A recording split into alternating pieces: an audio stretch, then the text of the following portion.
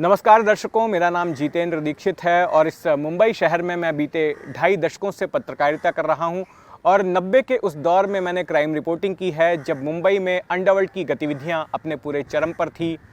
शहर में रोज़ाना खून खराबा होता था और अंडरवर्ल्ड के दौर के बाद में एक आतंकवाद का दौर भी आया। शहर में काफ़ी खून खराबा हुआ, कई लोग मारे गए और उस दौर में मैंने जो रिपोर्टिंग की, मैंने जो देखा, जिसका मैं चश्मदीद बना, उससे जुड़े कई सारे किस्से कहानियाँ मेरे पास हैं। और अपने इस शो जितेंद्र दीक्षित की अंडरवर्ल्ड डायरी के ज़रिए मेरी कोशिश होगी कि ऐसे सुने अनसुने किस्से मैं आप तक पहुंचाऊं। मुझे उम्मीद है कि आप ऐसे किस्सों को पसंद करेंगे। कई बार ऐसा होता है कि किसी शख्स की कदकाठी से, उसके पहनावे से, उसके बर्ताव से या उसके हाव भाव से उसके इरादों का पता नहीं चलता। शक्ल सूरत से भले ही वो एक भोला भाला सीधा साधा इंसान नज़र आता हो, लेकिन उसके इरादे खतरनाक हो सकते हैं। हो सकता है कि वो बाहरी तौर पर डरपोक दिखता हो, लेकिन उसके इरादे ऐसे हो सकते हैं जो अच्छों को डरा दें।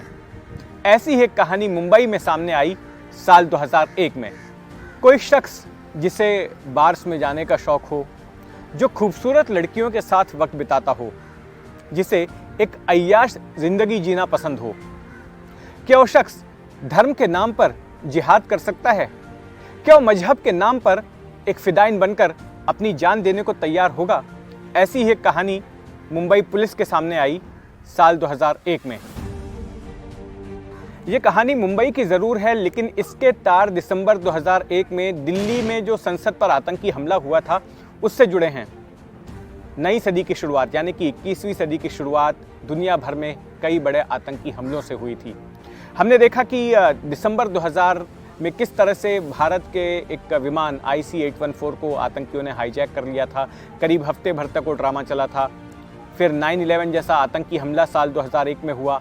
2002 में कोलकाता के अमेरिकन सेंटर पर हमला हुआ था, जिसमें कुछ पुलिसकर्मियों की मौत हो गई थी। तो इस जैसी कई बड़ी वारदातें उस दौरान हुई थी और मुंबई पुलिस भी दुनिया भर में हो रही ऐसी आतंकी वारदातों के प्रति सतर्क थी।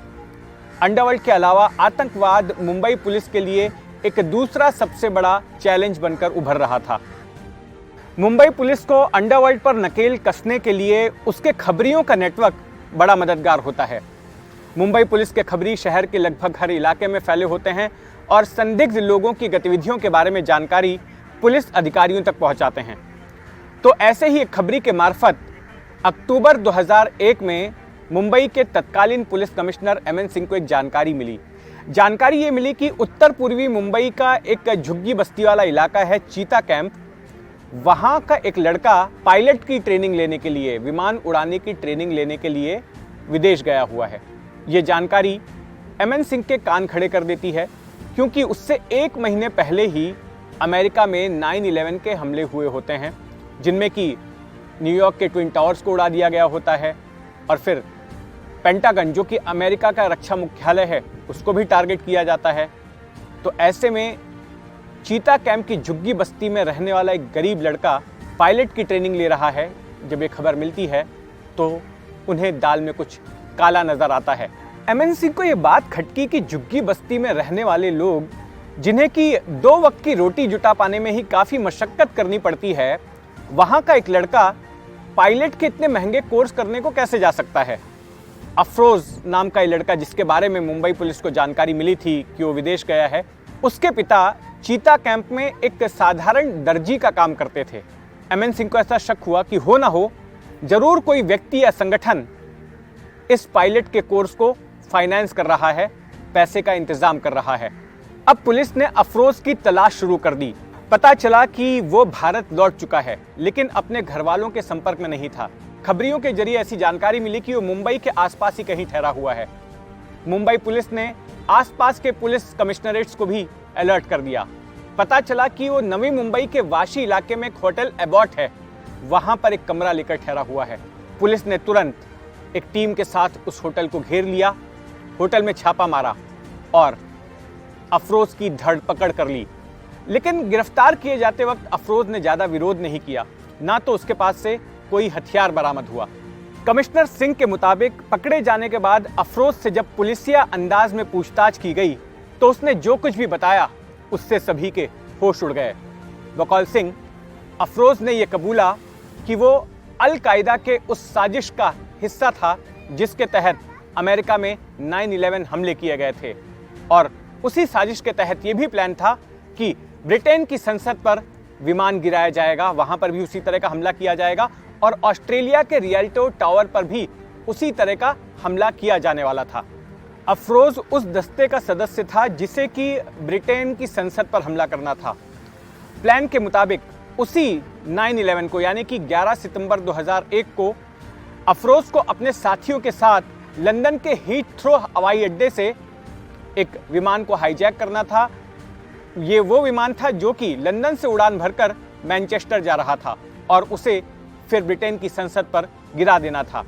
लेकिन तब तक अमेरिका में 9/11 के हमलों की खबर पूरी दुनिया में आ गई थी और उसके बाद दुनिया भर के हवाई अड्डों पर सुरक्षा इंतजाम चुस्त कर दिए गए थे। ऐसे में अफरोज साजिश पर अमल नहीं कर पाया और फिर भारत भाग आया।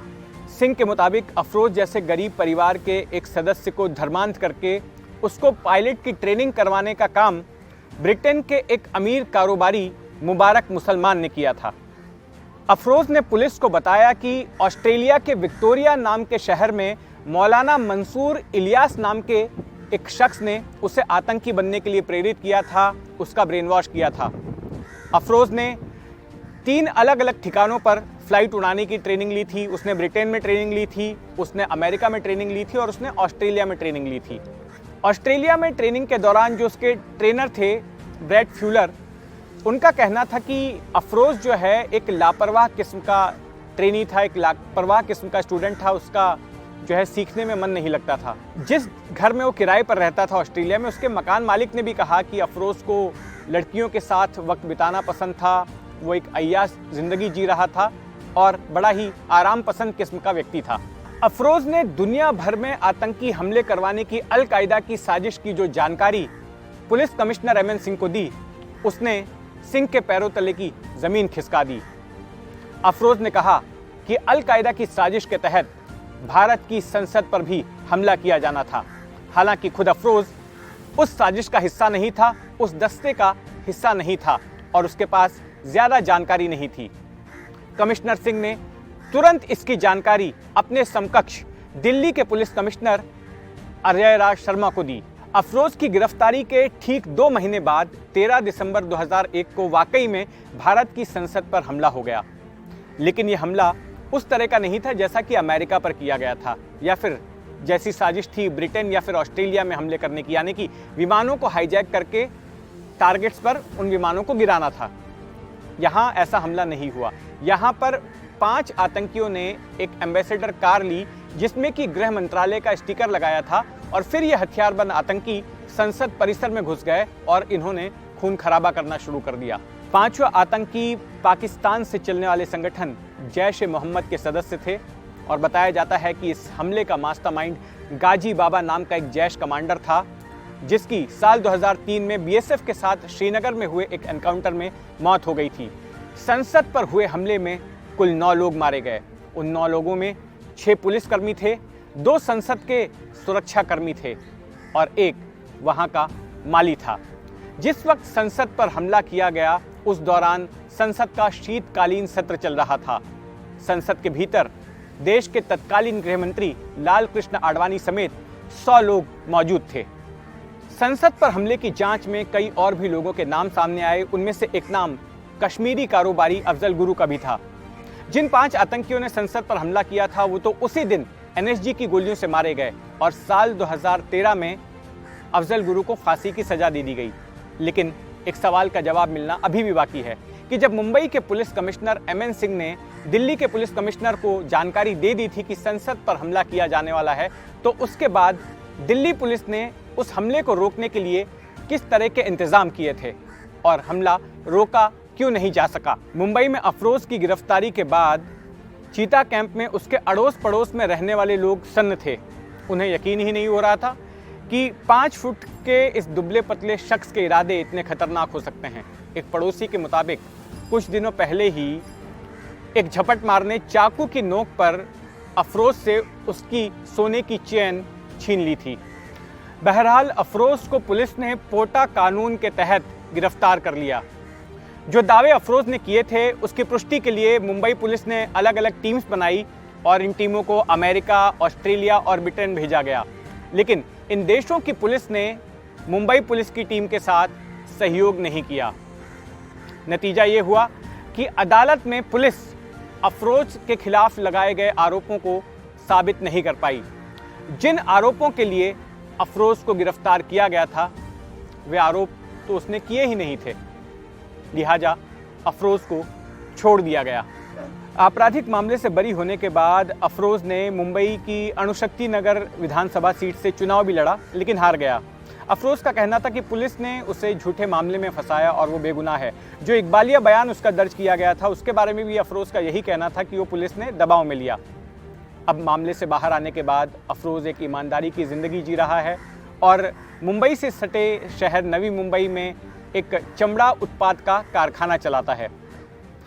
तो दोस्तों, जितेंद्र दीक्षित की अंडरवर्ल्ड डायरी से ये थी इस हफ्ते की कहानी। अगले हफ्ते फिर आपसे मुलाकात होगी किसी नई कहानी के साथ। धन्यवाद।